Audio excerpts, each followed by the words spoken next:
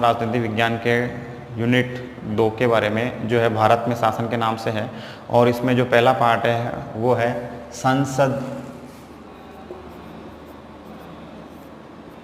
लोकसभा और राज्यसभा।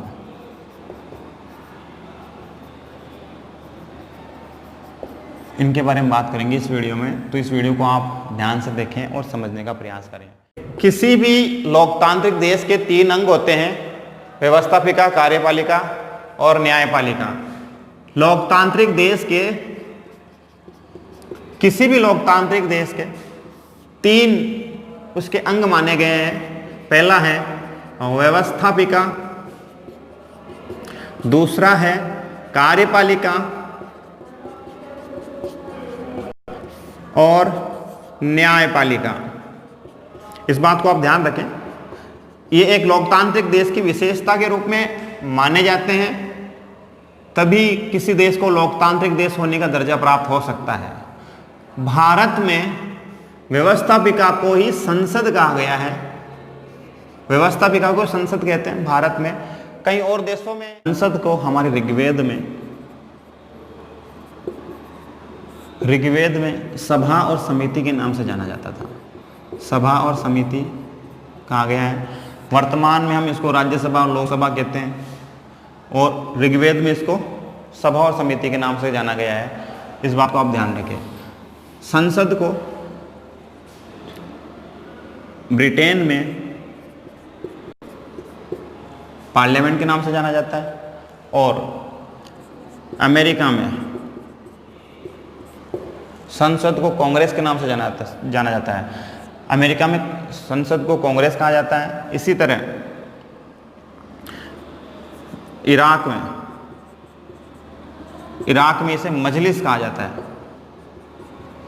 ये कई देशों में अलग अलग नाम से इसको जाना जाता है, जैसे जापान में इसको डाइट कहा जाता है। तो हर देश में अलग अलग नाम है संसद के। हमारे देश में संसद ही कहा जाता है, इस बात को आप ध्यान रखें। पार्लियामेंट भी हम बोलते हैं कभी कभी बोलचाल की भाषा में।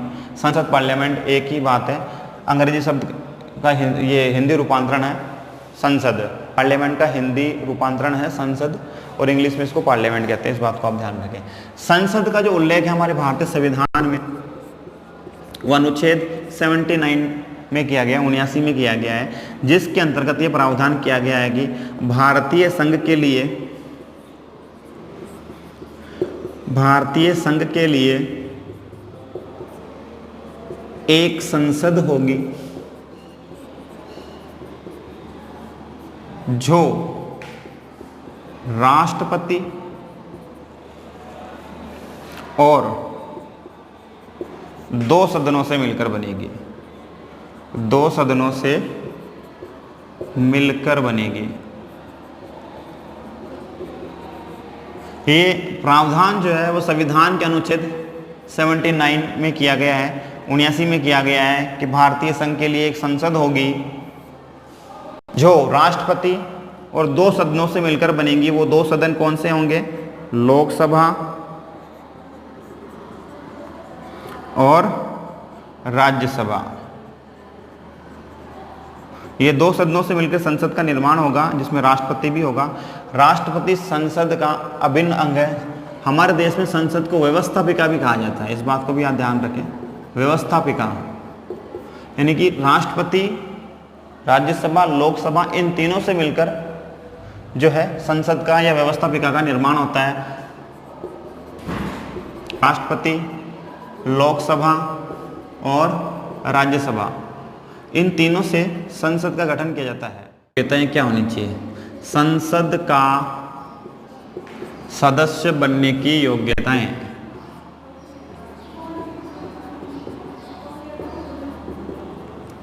संसद का सदस्य बनने की योग्यताएं, पहली जो योग्यता है आप सबको पता है, भारत का नागरिक हो।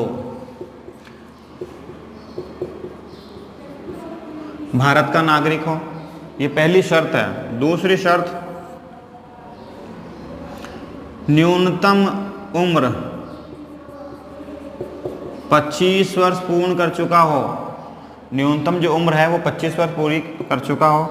तीसरी जो बात है, पागल और दिवालिया घोषित न किया गया हो, दिवालिया घोषित न हो।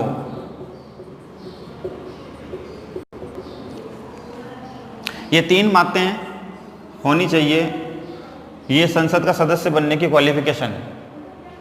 पहला, भारत का नागरिक हो, न्यूनतम उम्र 25 वर्ष पूर्ण कर चुका हो, पागल और दिवालिया घोषित ना हो।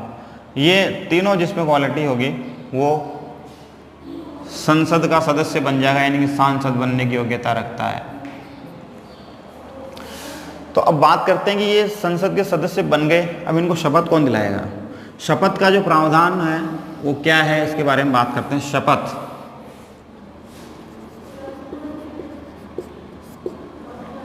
संसद के चुने गए सभी सदस्य यानी कि सांसद राष्ट्रपति के सामने, राष्ट्रपति या राष्ट्रपति के द्वारा नियुक्त किसी व्यक्ति के समक्ष पद और गोपनीयता की शपथ लेते हैं। पद और गोपनीयता की शपथ लेते हैं। राष्ट्रपति अगर नहीं होता तो उसकी जगह उपराष्ट्रपति इन लोगों को शपथ दिलाता है, सभी सांसदों को। जब राष्ट्रपति पढ़ेंगे तो उपराष्ट्रपति के बारे में पढ़ेंगे, जब राष्ट्रपति ना हो तो ऐसे स्थिति में क्या प्रावधान किए गए भारतीय संविधान में, इसके बारे में भी जानेंगे। तो शपथ राष्ट्रपति के द्वारा दिलाई जाती है, पद और गोपनीयता की शपथ लेते हैं सभी सांसद। अब बात करते हैं संसद का जो सत्र है वो कब का चलता है, यानी कि संसद का सत्र। संसद का सत्र, संसद में 3 प्रकार के सत्र चलते हैं। पहला सत्र जो फर्स्ट सेशन है वो है बजट सत्र। बजट सत्र, बजट सत्र जो है वो फरवरी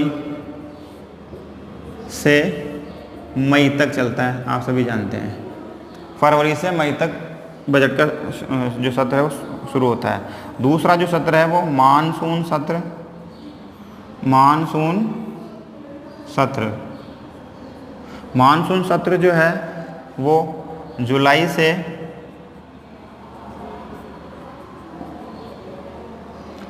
सितंबर तक चलता है। जुलाई से सितंबर तक मानसून सत्र। जो लास्ट है वो है शीतकालीन सत्र, जिसको विंटर सेशन भी कहा जाता है।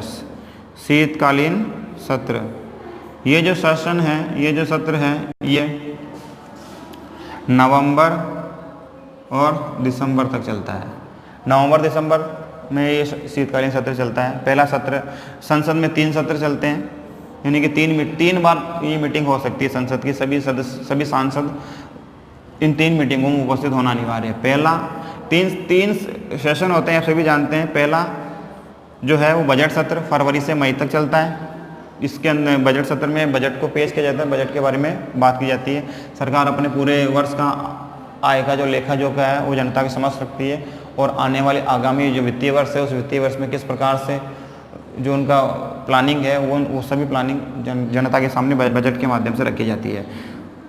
दूसरा जो है वो मानसून सत्र। मानसून सत्र जुलाई से सितंबर के बीच में आयोजित किया जाता है, और लास्ट शीतकालीन सत्र जो नवंबर दिसंबर में चलता है। इस बात को आप ध्यान रखें। तो ये तो थे संसद के सत्र। तो फिर से एक बार रिवाइज कर लेते हैं। संसद का जो उल्लेख है वो अनुच्छेद 79 में किया गया है। इस अनुच्छेद 79 के तहत भारतीय संघ की एक संसद होगी जिसका निर्माण जो है वो राष्ट्रपति, राज्यसभा और लोकसभा से मिलकर किया जाएगा, पहली बात।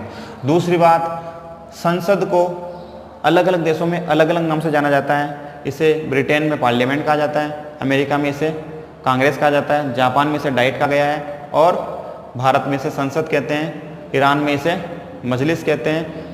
इस प्रकार अलग देशों में कई कई नाम है। संसद का सदस्य बनने की योग्यताएं जो है, पहली योग्यता आपने पढ़ी, भारत का नागरिक होना चाहिए, 25 वर्ष की उम्र पूर्ण कर चुका होना चाहिए, और दिवालिया और पागल घोषित ना होना चाहिए।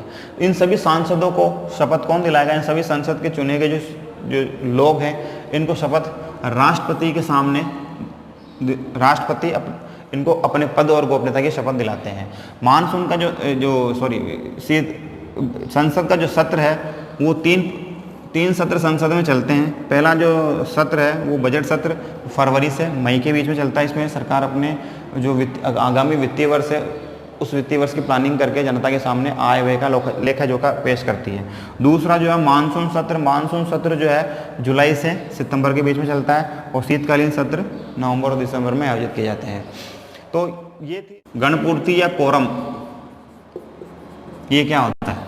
ये भी एक संसद की कार्यवाही का एक भाग है। जब संसद के सदस्यों को उपस्थित करने के बाद जब संसद का सत्र चल रहा होता है और किसी बिल को पास करना होता है तो ऐसी स्थिति में गणपूर्ति और कोरम का इस्तेमाल किया जाता है। जैसे मान लीजिए लोकसभा के 545 सदस्य हैं और इनका 10% जो है वो उपस्थित होना चाहिए, यानी कि लगभग कम से कम 55 सदस्य को उपस्थित होना चाहिए, तब संसद की कार्यवाही को आगे संचालित किया जा सकता है। तो 55 सदस्य होना चाहिए 545, यानी गणपूर्ति यही है कि कम से कम 10% सदस्य के उपस्थित होने पर ही संसद की कार्यवाही को आगे शुरू किया जा सकता है।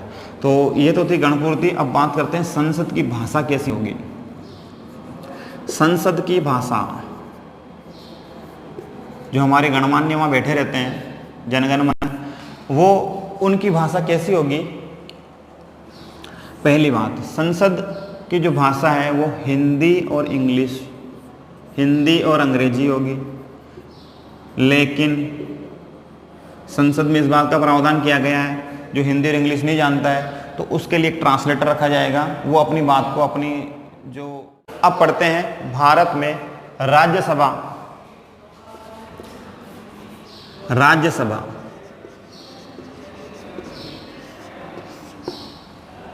देखिए, राज्यसभा राज्यों का प्रतिनिधित्व करती है, इसलिए इसका नाम राज्यसभा है। इसके जो मेंबर हैं वो डायरेक्ट चुनकर नहीं आते हैं, वो विधानसभाओं के जो सदस्य होते हैं, हमारे एमएलएज होते हैं, उनके द्वारा एकल संक्रमणीय आनुपातिक पद्धति के माध्यम से इसका चुनाव होता है और ये राज्यों के लोगों के द्वारा चुने जाते हैं। जिसको हमने चुना है वो इनको चुनते हैं। तो इसके कुछ उपनाम भी हैं, जैसे राज्यसभा को निरंतर चलने वाली सभा भी कहते हैं। निरंतर चलने वाली सभा।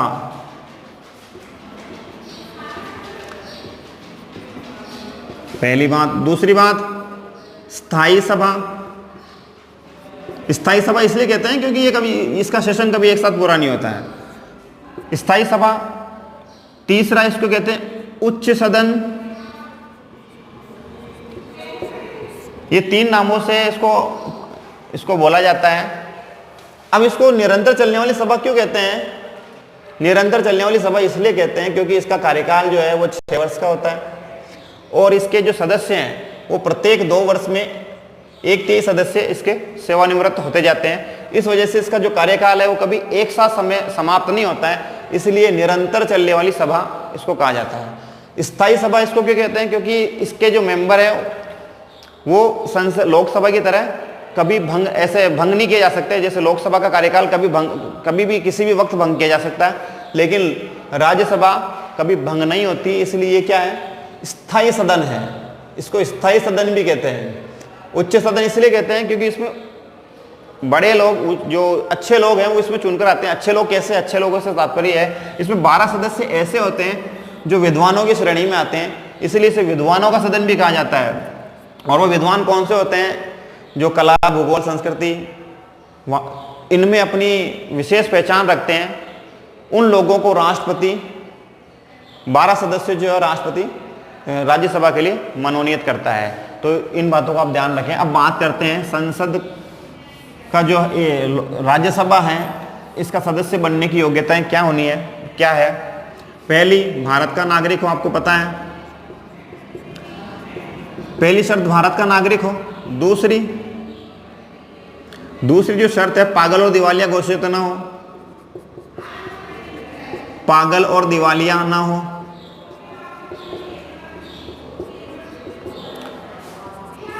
और न्यूनतम उम्र 30 वर्ष हो।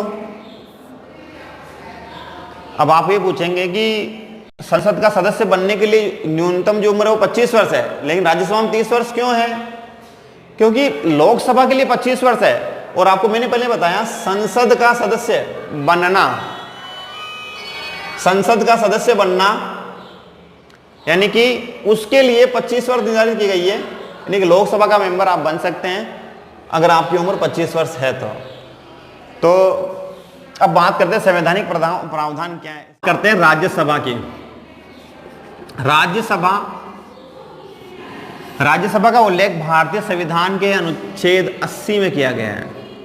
संविधान के अनुच्छेद 80 के तहत राज्यसभा का प्रावधान मिलता है। राज्यसभा में 250 सदस्य अधिकतम हो सकते हैं, इस बात का भी उल्लेख अनुच्छेद 80 में मिलता है। अधिकतम सदस्य 250 हो सकते हैं। और वर्तमान में हमारी जो राज्यसभा कार्यरत है उस वहाँ पर 245 सदस्य अभी वर्तमान में है। अब इन 245 सदस्यों में से 229 जो सदस्य हैं वो राज्यों से चुन के आते हैं, राज्यों से, और जो 4 सदस्य हैं वो केंद्र शासित प्रदेशों से चुन के आते हैं। राष्ट्रपति मनोनीत करता है जो कला, साहित्य, समाज सेवा, अर्थशास्त्र इनमें अपनी विशेष योग्यता रखते हो, उनको राष्ट्रपति राज्यसभा का मेंबर बनाता है। इस विषय को ध्यान में रखें आप। ये तो हो गए इसका जो अनुच्छेद 80 के तहत राज्यसभा का प्रावधान किया गया उसके बारे में थोड़ी सी जानकारी। अब बात करते हैं राज्यसभा का सदस्य बनने की योग्यताएं। कौन व्यक्ति राज्यसभा का सदस्य बन सकता है? पहली शर्त जो आपको पता है, हमारे देश में नेता बनने की पहली शर्त क्या है? भारत का नागरिक हो। दूसरी बात, राज्यसभा का सदस्य बनने के लिए न्यूनतम उम्र जो आयु है वो 30 वर्ष पूरी कर चुका हो। और थर्ड, पागल और दिवालिया घोषित न किया गया हो, पागल और दिवालिया न हो। तो ये 3 योग्यताएं हैं। इन 3 योग्यताओं के आधार पर आप राज्यसभा के सदस्य बन सकते हैं। तो ये तो थी योग्यताएं। अब इसका चुनाव कैसे होता है? जो राज्यसभा के सदस्य हैं उनका इलेक्शन कैसे होता है, उनको कैसे चुना जाता है, उनकी बात करते हैं। चुनाव राज्यसभा के सदस्यों का चुनाव कैसे होता है? राज्यसभा का सदस्यों का चुनाव जो भी हमारे राज्यों की विधानसभाएं हैं, विधानमंडल है, विधानसभा, इन विधानसभाओं के सदस्यों के द्वारा राज्यसभा के सदस्यों का चुनाव किया जाता है। अभी राजस्थान में हाल ही में 3 सदस्यों को चुनाव किया गया है। 3 सदस्य चुने गए हैं और ये चुनाव जो है वो एकल संक्रमणीय आनुपातिक पद्धति के द्वारा होता है। एकल संक्रमणीय आनुपातिक पद्धति के माध्यम से इसका चुनाव हो जाता है। यानी कि वरीयता क्रम में आने वाले जो लोग होते हैं उसी को इसके माध्यम से विजेता घोषित किया जाता है। राजस्थान में राज्यसभा के सदस्यों की संख्या 10 है और ये सदस्यों की जो संख्या है ये जनसंख्या के आधार पर निर्धारित की जाती है। राजस्थान में भी वर्तमान में 10 सदस्य हैं जो राज्यसभा में जाते हैं और हमारा राजस्थान का प्रतिनिधित्व करते हैं। तो आज आपने इस वीडियो में संसद के बारे में जाना और संसद में हमने आज राज्यसभा को थोड़ा समझने का प्रयास किया। फिर इसके बाद अगले वाले वीडियो में हम इस राज्यसभा के बारे में कुछ रह गया है उसके बारे में बात करेंगे और फिर लोकसभा को पढ़ेंगे। तो आज के लिए इतना ही, मिलते हैं फिर से नए वीडियो में। Thanks for watching.